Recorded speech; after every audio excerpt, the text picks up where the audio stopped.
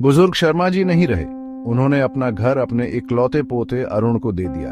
अरुण जो साइंस का बंदा था, उसने घर की पुरानी धूल भरी चीजों को देखकर नाक भौं सिकोड़ी।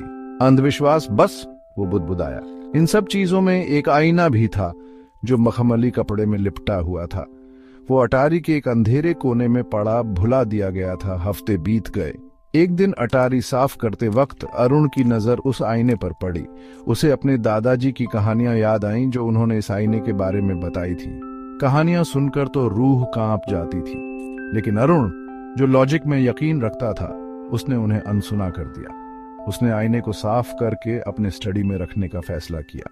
आईना बहुत बड़ा था, एक सुंदर सी चांदी की फ्रेम के साथ। उस पर बनी हुई पौराणिक प्राणियों की नक्काशी, उनकी आंखें मानो अरुण की हरकत पर नजर रख रही थीं। शीशा खुद धुंधला था, उसकी सतह पर कमरे की एक अजीब सी छवि दिखाई दे रही थी। अरुण ने आईने को साफ किया तो उसमें साफ दिखने लगा। उसने खुद को देखा, लेकिन कुछ अलग था। उसका अक्स अजीब सा लग रहा था। उसने इसे रोशनी का खेल समझकर नजरअंदाज कर दिया। जैसे जैसे दिन रात में ढलते गए, अरुण को यह एहसास होने लगा कि कोई उसे देख रहा है। एक रात जब अरुण देर रात तक काम कर रहा था, उसकी नजर आईने पर पड़ी। वो ठिठक गया। आईने की गहराई में एक भूतिया आकृति दिखाई दी। एक सफेद साड़ी में एक औरत, जिसका चेहरा साफ नहीं दिख रहा था।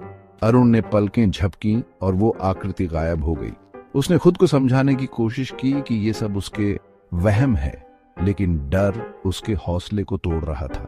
अगले कुछ दिन बहुत मुश्किल थे। जब भी अरुण आईने को देखता, वो भूतिया आकृति और साफ दिखाई देती। उसकी उदास आंखें मानो कुछ कहना चाहती थीं। जिस डर को अरुण ने पहले नजरअंदाज किया था, वो अब उसके अंदर घर कर रहा था। हर पल और भी बढ़ता जा रहा था। एक खास डरावनी रात अरुण की आंख खुली तो उसे बहुत ज्यादा ठंड लग रही थी। उसने देखा कि आईने वाली औरत उसके बिस्तर के पास खड़ी है। उसकी सफेद साड़ी उसके इर्द गिर्द लहरा रही थी। उसकी आंखें अरुण को घूर रही थी। अरुण डर के मारे जड़ हो गया। वो औरत जैसे ही उसकी तरफ बढ़ी, वो चीखना चाहा, पर आवाज नहीं निकली। वो औरत और पास आई। उसकी ठंडी सांसों से अरुण की रूह कांप उठी। जैसे ही वो उसे छूने ही वाली थी कि खिड़की से सूरज की पहली किरण अंदर आई।